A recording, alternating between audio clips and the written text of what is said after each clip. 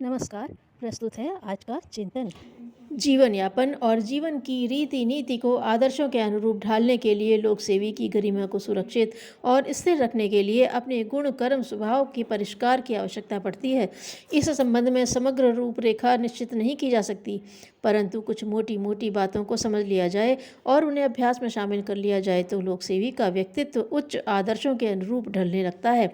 लोक सेवी का व्यक्तित्व भी इतना उत्कृष्ट और जीवंत होना चाहिए कि जो भी उसके संपर्क में आए वह उससे प्रभावित हुए बिना न रहे। सेवा परक क्रियाकलापों का अभीष्ट प्रभाव इसी कारण नहीं मिलता क्योंकि लोक सेवी में प्रायः प्रभावित करने वाले उन गुणों का अभाव रहता है जिनकी तुलना पारस से की जाती है, और उनके संस्पर्श से ही क्षुद्र व्यक्ति नारायण, नर से नारायण, पशु से मानव और निम्न से उच्च श्रेणी का व्यक्ति बनने लगता है। अपने विचार अच्छे ढंग से प्रतिपादित कर लच्छेदार वक्तव्यों द्वारा लोगों को कुछ देर के लिए चमत्कृत तो किया जा सकता है, परंतु उसका स्थायी प्रभाव नहीं पड़ता। स्थायी प्रभाव के लिए तो व्यक्ति को स्वयं अपने में चरित्र बल भी उत्पन्न करना पड़ता है। एक प्रसिद्ध विचारक का कथन है, विचारों में तो सभी आदर्शवादी होते हैं, योग्य अयोग्य का ज्ञान या पाप पुण्य की अनुभूति तो मूर्ख और पापी को भी होती है, किंतु व्यवहारिक जीवन में हम उसे भूल जाते हैं। धर्म को जानते हुए भी उसमें प्रवृत्त नहीं होते और अधर्म को जानते हुए भी उससे निवृत्त नहीं होते। दुर्योधन ने यही बात भगवान कृष्ण से तब कही थी जब वे शांति दूत बनकर गए थे। अर्थात धर्म अधर्म का विवेक सभी को रहता है, सभी उन बातों को जानते हैं। लोक सेवी भी यदि उन्हीं बातों की कोरी चर्चा करते घूमे तो कोई विशेष प्रयोजन सिद्ध नहीं होता। इसलिए लोक सेवी को अपने व्यक्तित्व के माध्यम से सर्वसाधारण की स्थिति को शिक्षित करना चाहिए। सेवा और व्यक्तिगत जीवन को अलग अलग कर देखने वालों को समझना चाहिए कि लोक सेवा उनकी साधना है, व्यवसाय नहीं। सेवा को व्यवसाय के रूप में अपनाने वालों की बात और है। कर्मचारी, नौकर वर्ग, अधिकारी वर्ग भी जनसेवक की गणना में आते हैं, पर जनसेवा के प्रति न उनमें टीस होती है न लगन। जिन्होंने सेवा को ही अपना पाथेय चुना है, उन लोक सेवी कार्यकर्ताओं को तो सेवा का स्तर साधना की तरह ही रखना चाहिए। अपना व्यक्तिगत जीवन यदि निकृष्ट रहा तो सेवा साधना के प्रयासों का कोई प्रभाव नहीं होगा। स्वामी रामतीर्थ का वचन है, लोक सेवियों को याद रखना चाहिए कि सामाजिक कार्यकर्ता की वाणी ही नहीं उनका पूरा व्यक्तित्व बोलता है और वाणी की अपेक्षा उनका व्यक्तित्व सुना जाता है। वाणी और कर्म जब मिल जाते हैं तो व्यक्तित्व प्रखर बन जाता है। लोक सेवी ही नहीं, अन्य प्रकृति के व्यक्तित्व का भी तभी प्रभाव पड़ता है, व्यक्तियों का भी तभी प्रभाव पड़ता है जबकि उनके विचार और कर्म एक हों। लोक सेवी के विचार और उसके क्रियाकलापों में समानता हो तो उसका व्यक्तित्व भी इतना प्रभावशाली बन सकता है कि वह अपने सेवा क्षेत्र में अभीष्ट परिणाम प्राप्त कर सके। आरंभ में अपने आचरण और विचारों को पूर्णतः एकात्म कर लेना, एकदम चरित्र को आदर्श बना लेना भी आसान नहीं है, पर इसका यह अर्थ नहीं है कि इसके बहाने विचार और व्यवहार में साम्य स्थापित करने की बात नज़रअंदाज की जाती रहे। इनमें स्तर का अंतर हो सकता है, लेकिन दिशा भिन्न नहीं होनी चाहिए। उदाहरण के लिए लोक सेवी खर्चीले और दान दहेज वाले विवाहों का विरोध करता है, लोगों को अपनी सामर्थ्य से अधिक खर्च न करने की प्रेरणा देता है। उसके घर में कभी विवाह हो रहा हो और परिवार काफ़ी बड़ा हो तो बड़ी धूमधाम तो रहेगी, पर इसके लिए खूब ठाट बाट और शान शौकत का प्रदर्शन किया जाए, यह सर्वथा अनुचित है।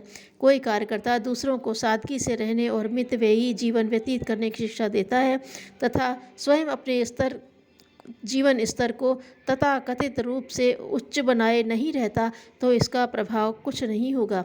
इसलिए प्राचीन काल से अब तक लोक सेवियों की यही परंपरा रही है कि आवश्यकताएं कम से कम रखी जाएं। गर्मी के कारण जी को बड़ी बेचैनी होती है, कूलर चाहिए, एयर कंडीशन कमरे चाहिए। कूलर के द्वारा गर्मी से तो बचा जा सकता है, पर एयर कंडीशन व्यवस्था नहीं होगी तो सर्दियों में क्या करेंगे। ऐसा इंतजाम चाहिए जिससे सर्दियों में भी गर्म रखा जा सके। जो भी सुविधाएं होती हैं, आवश्यकताओं का प्रतिबंध रूप से औचित्य ढूंढा जाए तो सभी जरूरी लगेंगी। लोक सेवी को इस संबंध में औसत और न्यूनतम का दृष्टिकोण अपनाना चाहिए। उन्हें कम करते चला जाए तो हम देखेंगे कि हमारी आवश्यकताएं जितनी कम है एक सामान्य व्यक्ति हमारी आवश्यकताएं कितनी कम हैं। एक सामान्य व्यक्ति को खाने के लिए पौष्टिक आहार, पहनने के लिए वस्त्र और रहने के लिए मकान उपलब्ध हो, साथ ही शिक्षा और स्वास्थ्य का प्रबंध हो, तो समझना चाहिए कि इतने साधन हमारे लिए पर्याप्त हैं।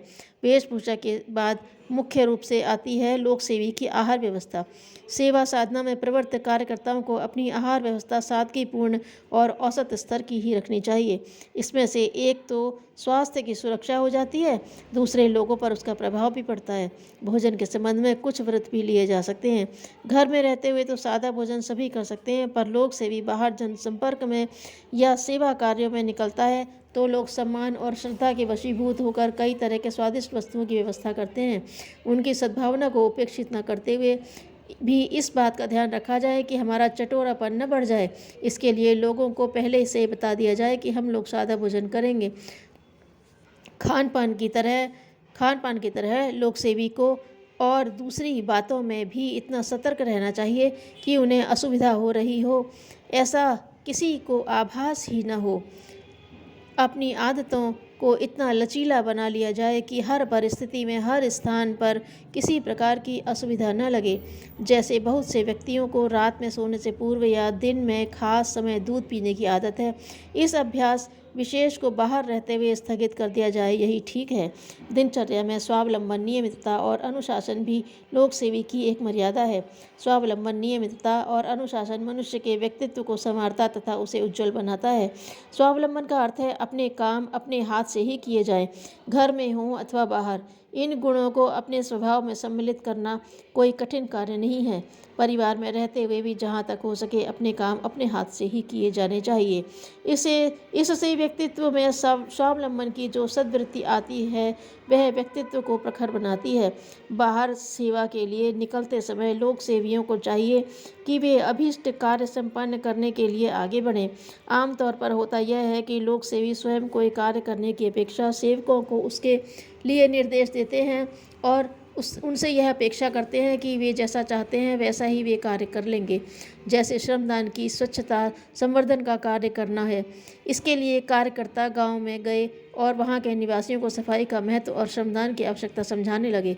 केवल समझाने पर ही कोई तैयार हो जाएगा, यह तो अपेक्षा नहीं की जा सकती। ठोस परिणाम के लिए श्रमदान से गंदगी निवारण का कार्यक्रम भी बनाना पड़ेगा। उसका व्यवहारिक कार्यक्रम प्रस्तुत करने पर कुछ उत्साही लोग तैयार हो सकते हैं। उन्हें साथ लेकर सफाई के लिए निकल पड़े और स्वयं उसमें भाग नहीं लिया तो लोगों पर उसका जरा भी प्रभाव नहीं होगा। लोक सेवी अपने आप को विशिष्ट व्यक्ति कदापि व्यक्त न करे। जनसाधारण से उनके व्यक्तित्व का स्तर ऊंचा है अवश्य है, पर उसे स्वयं अपनी ओर से विज्ञापित नहीं करना चाहिए। लोक सेवी को निरहंकारी, स्वावलंबी होने के साथ साथ निर्लोभी भी होना चाहिए। यह लोभ ही है जिसके वशीभूत होकर अनेक व्यक्ति सार्वजनिक संपत्ति का उपयोग अपने स्वार्थ के लिए करते हैं। लोक सेवी को ऐसे सार्वजनिक कार्यों का नेतृत्व भी करना पड़ सकता है जिनमें कि आर्थिक साधन जुटाए जाते हैं और लोक सेवी को उनका उत्तरदायित्व संभालना पड़ता है। ऐसी स्थिति में लोक सेवी को अपनी प्रामाणिकता रखनी चाहिए। प्रामाणिकता साबित करने से काम नहीं चल सकता, सिद्ध तो झूठा भी किया जा सकता है। लोक सेवी को अपनी ईमानदारी और प्रामाणिकता के प्रति सघन निष्ठा रखनी चाहिए। लोगों को उस संबंध में कोई संदेह ना रहे, इसलिए धन के हिसाब किताब से लेकर उपयुक्त कार्यों में खर्च करने तक सभी बातें सार्वजनिक रूप से प्रकाशित की जाए। यदि किसी बड़ी संस्था के लिए कार्य किया जा रहा है तो उसके प्रति उत्तरदायी रहने का कर्तव्य निभाया जाए। वहाँ व्यक्तिगत रूप से कुछ दिया जाए, जैसे मार्ग व्यय आदि के लिए तो उससे भी संस्था को दिया गया समझें और उसके एक एक पैसे का हिसाब दें। धन संबंधी प्रामाणिकता के बाद चरित्र संबंधी प्रामाणिकता का भी समान महत्व दिया जाए। लोगों की निगाह इस संबंध में बड़ी बारीक होती है और वे चारित्रिक मर्यादाओं को धन संबंधी मर्यादाओं से भी अधिक महत्व देते हैं। इसलिए लोक सेवी यदि पुरुष है तो स्त्रियों के प्रति और स्त्री है तो पुरुषों के प्रति अपनी अपनी दृष्टि को पवित्र रखना चाहिए। पुरुषों को व्यवहार में मर्यादा का ध्यान अधिक रखना चाहिए। पुरुष कार्यकर्ता स्त्रियों के साथ एकांत में तो चर्चा नहीं ही करें, सबके सामने ही भी उनसे अनावश्यक बात न कहें।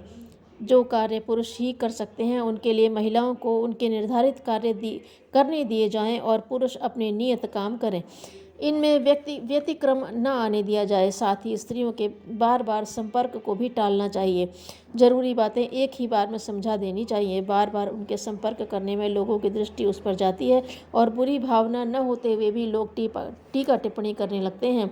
आज की स्थिति में सेवा कार्यों तथा उसमें प्रवृत्त होने वाले सेवावृत्ति लोगों की भारी आवश्यकता अनुभव होती है।